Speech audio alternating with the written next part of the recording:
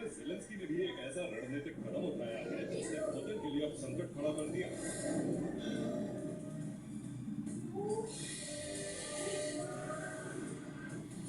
Pre snowfall mission Pokrovsk में रण।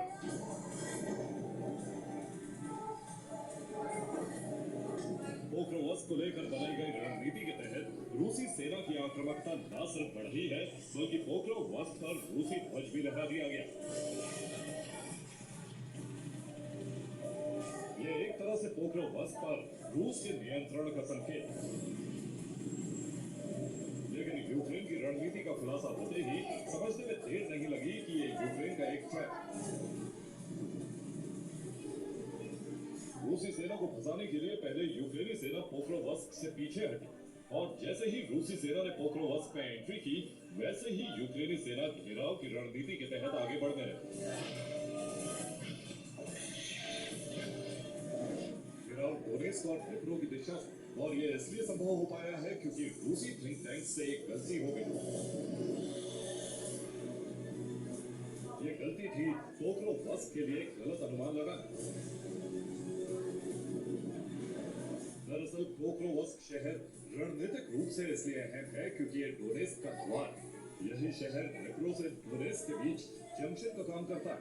इसी शहर में यूक्रेनी सेना का लॉजिस्टिक्स सेंटर, इसी शहर से डोनेट्स्क में लड़ रही यूक्रेनी सेना को गोला बारूद और रसद की आपूर्ति होती।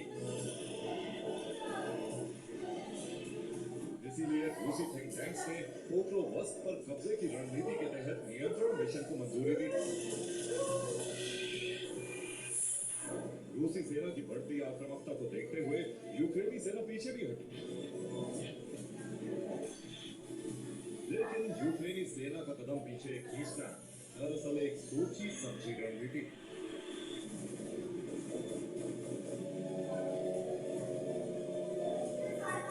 जैसे ही रूसी सेना ने पोक्रोवस्क पे एंट्री की वैसे ही पीछे हटी यूक्रेनी सेना ने आगे बढ़कर मोर्चा संभाला।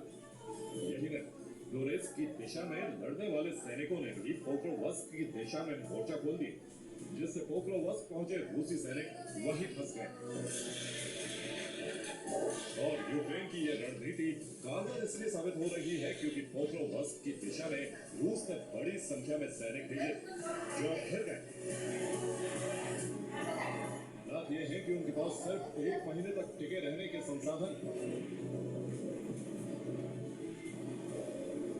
लेकिन गोला बारूद और रसद खत्म होने और बर्फबारी के बाद उनके पास सरेंडर के अलावा कोई दूसरा रास्ता नहीं बचे।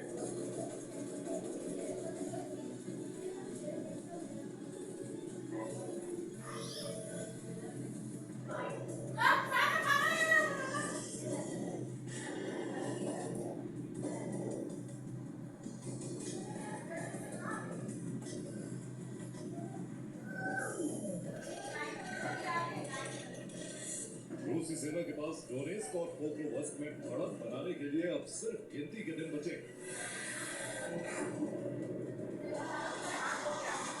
लेकिन समस्या यह है कि अब बढ़त बढ़ाने के बजाय उन्हें यूक्रेन के चक्रव्यूह को तोड़ना हो।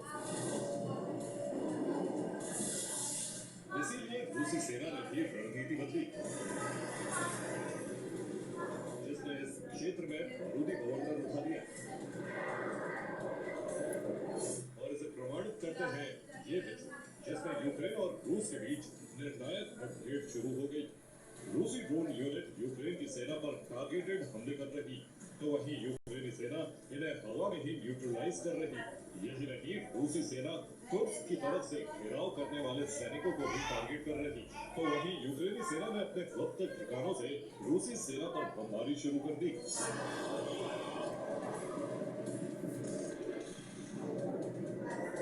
भीषण जंग में बढ़त किस पक्ष को मिल रही है इस पर अभी कुछ नहीं कहा जा सकता,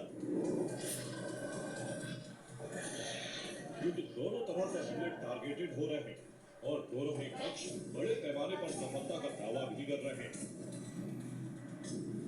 इसमें यूक्रेन के दावे की पुष्टि करने वाले कुछ विजुअल्स देखिए। ये वीडियो पोक्रोवस्क में यूक्रेन की रूसी सेना के खिलाफ कार्रवाई के, जिसमें यूक्रेन की फिनिक्स यूनिट ने रूसी सेना को पीछे हटने पर मजबूर कर दिया। तो वहीं अमेरिका M270 MLRS से रूसी हमले को विफल करने का दावा भी कर रहा है। तो दूसरी तरफ यूक्रेनी MiG-29 से डोनेत्स्क में रूसी सेना के ठिकानों पर हैमर बम से हमला किया जा रहा है।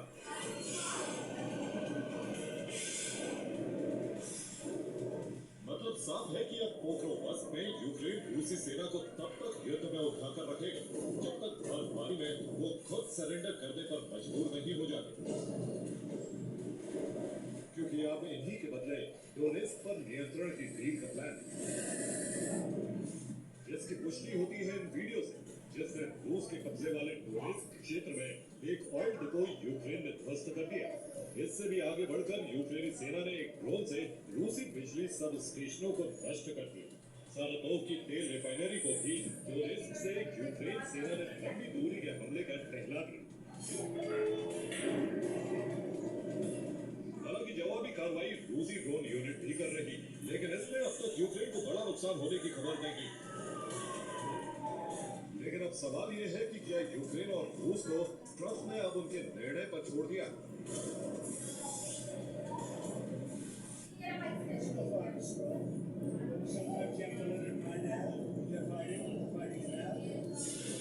ये बयान चौंकाता है, लेकिन स्थिति भी साफ करता है कि अब फैसला पुतिन और ज़ेलेंस्की को खुद करना है। यही वजह है कि पहले पोक्रोवस्क पर नियंत्रण के लिए रूसी सेना ने ताकत झोंकी और अब अपने सैनिकों को यूक्रेन की व्यूह रचना से निकालने के लिए रूस ने डोनेत्स्क और पोक्रोवस्क में अपनी पूरी क्षमता का इस्तेमाल शुरू कर दिया, जो इस समय रूस की मुश्किलें बढ़ने का संकेत। Bureau report.